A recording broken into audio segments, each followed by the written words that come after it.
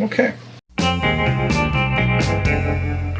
Aloha, folks. Welcome back to Spike's Breezeway Cocktail Hour. It's good to have you back in the Breezeway. It is a balmy November night here in Southern California.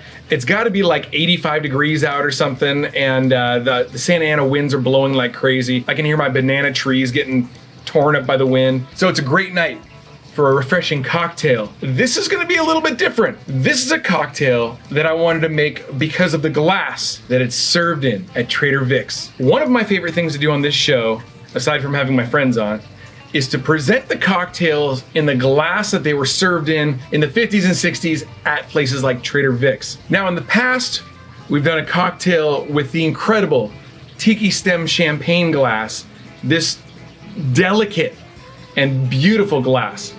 And they're not cheap on eBay if you can find them, and they're even rarer out in antique malls or thrift stores or all that kind of thing. So we've done some cocktails in that before. And in fact, the reason I know it's called the Tiki Stem Champagne Glass is because we can find it, Trader Vic's Bartender's Guide right here from 1972. There's a little illustrated guide here, see? And it says, Tiki Stem Champagne Glass, they would serve gimlets, banana daiquiris, Waikiki, Chinese itches, Eisenhower, King George V, Havana Gold, La Florida Daiquiri is what we made in here, Pink Lady, and Tahitian Gold. I was always like, this is the most incredible glass that I own. I truly believe that. And then this thing showed up, is Trader Vic's Tiki Stem Champagne Capote. Capote. And in this glass, Trader Vic served the Trader Vic's Daiquiri, the Honolulu, the Aku Aku, and the Tahitian Pearl. Now when I was doing research and I decided on the cocktail that we're gonna do here, it's because of the garnish. We're gonna make Trader Vic's Tahitian Pearl.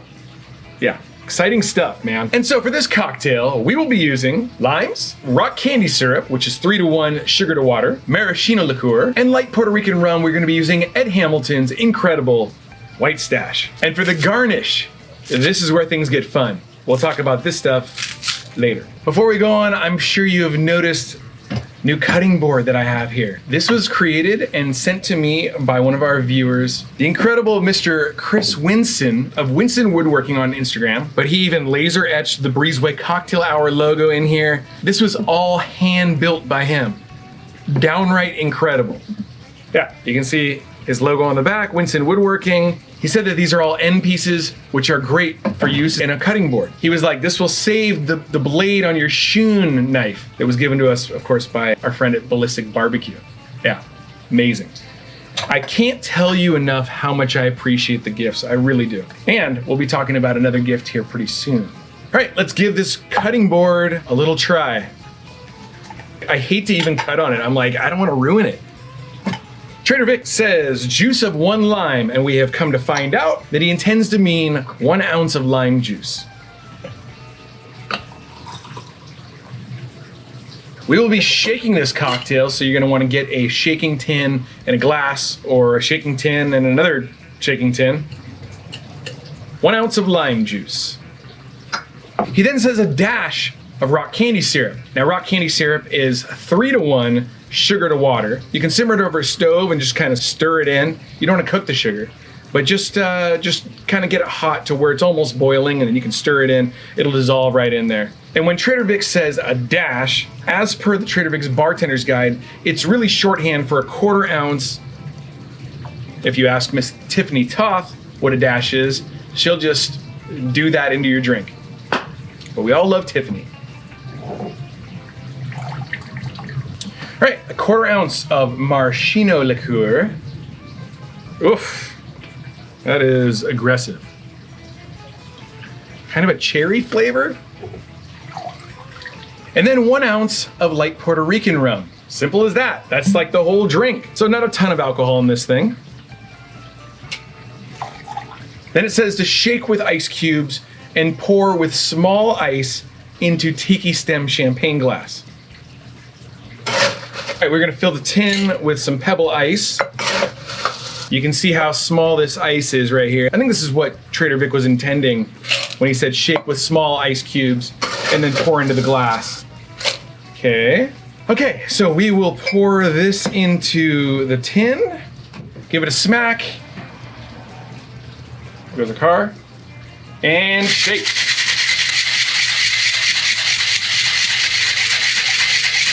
Steve the bartender. Okay, so we are all shaken up.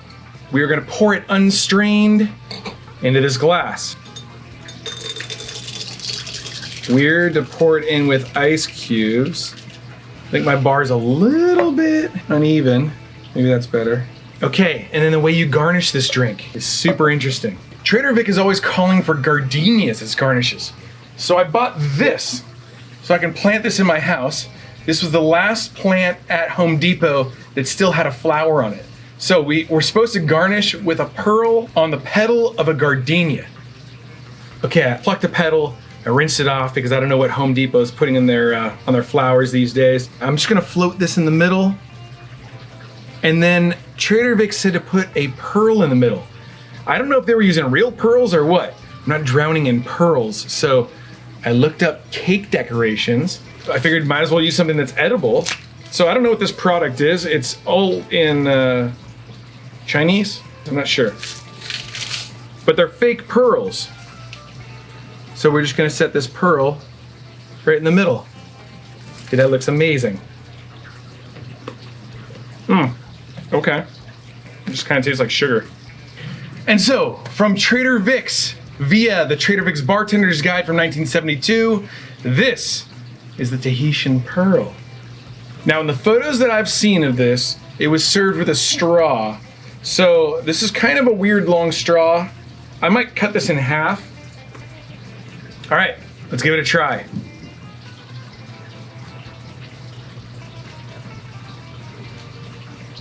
Oh, that's interesting. You get a lot of the maraschino. You get a lot of the maraschino. It's kind of almost got like that cherry kind of tart flavor to it. But then the lime juice kind of does an interesting acidic thing with it. It's a delicate drink. It's very light. But I mean, can you beat the presentation? I mean, especially served in the proper, this is not something you should be holding, I don't think. Especially being served in the proper Trader Vic's tiki stem champagne compote with the gardenia petal and the pearl in the middle. That's really a great drink. And with like 3 sips, I'm basically done. I think I have a little more left in here. Oh, I do. It's probably a little watered down, but it's okay. Let's see if we can do it without disturbing the petal and the pearl. Yeah, refill. Perfect.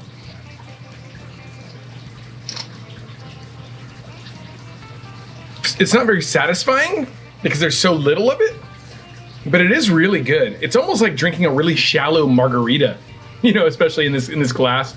Not that it's a tequila thing or anything, not the flavor wise, but just that this glass is such a wide, like a really wide and shallow coupe. It's kind of weird.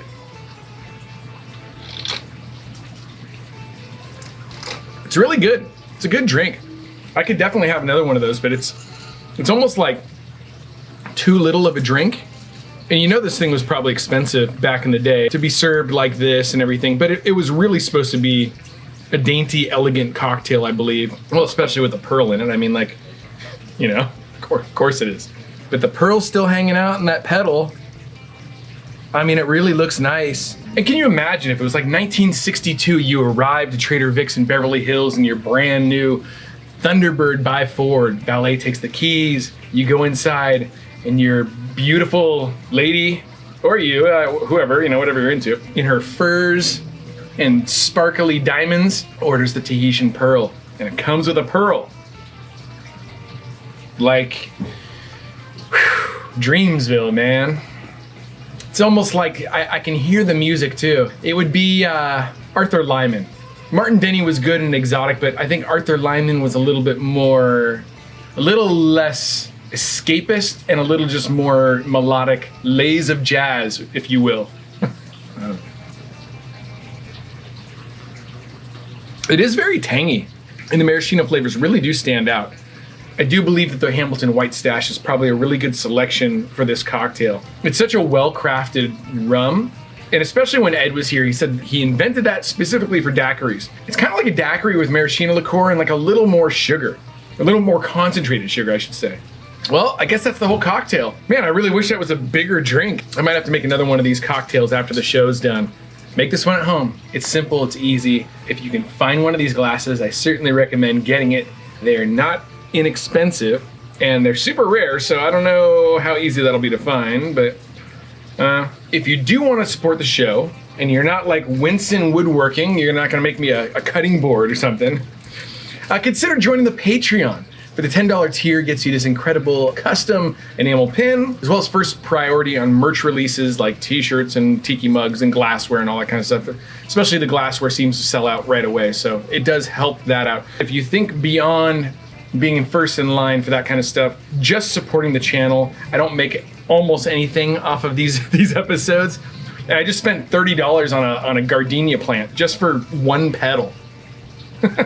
Not trying to guilt you, I'm just saying, if you do join the Patreon and you say subscribe to that, I really, really do appreciate it. Another way that you can help support the show is by purchasing one of Spike's Breezeway Cocktail Hour Tiki mugs. They are almost sold out. I don't want you to miss your opportunity to own one of these things because they will certainly become collector's items. They were based on this tiki over here, carved by the legendary Leroy Schmaltz of Oceanic Arts. He carved almost all the tikis that you would find in places like the Luau or Don the Beachcomber or Trader Vic's, even Disneyland and Disney World, and like the legend of tiki carving, like the granddaddy daddy.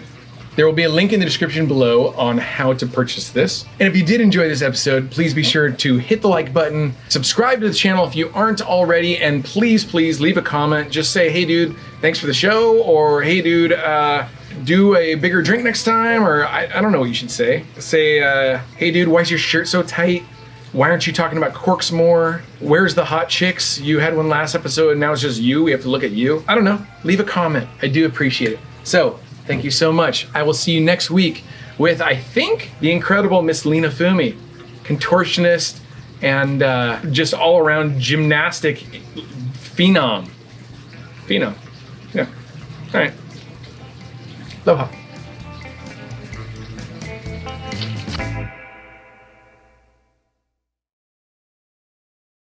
Aloha, folks. Welcome back to Spike's Breezeway Cocktail Hour. We are back in the Breezeway.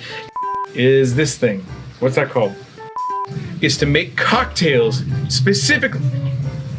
It sounds like there's a rocket ship re-entering our atmosphere. I know that's going to be on the film. Like I'm Martin Scorsese over here. La Florida. Now, when I was reading about those cocktails, oh, don't be throwing things around these glasses. Rock candy sip, and we've come to learn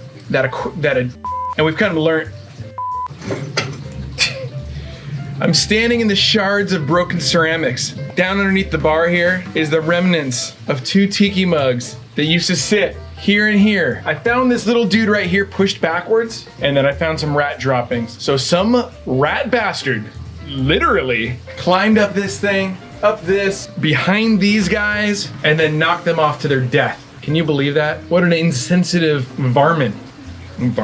What an insensitive critter. No. What an insensitive pest. Yeah. What's going on here? We haven't even started the show and I'm already getting distracted with rats and foliage. So I think these mugs had earthquake putty on them. Quick lesson if you collect tiki mugs, and especially if you live in California or somewhere that they have earthquakes, put earthquake putty on them. It also helps against rats. I keep breaking ceramic pieces down here. How sad. Very sad times. Then it says shake with ice. Get out of here, bug. And can you imagine if it was 1950? Okay. Don't go anywhere.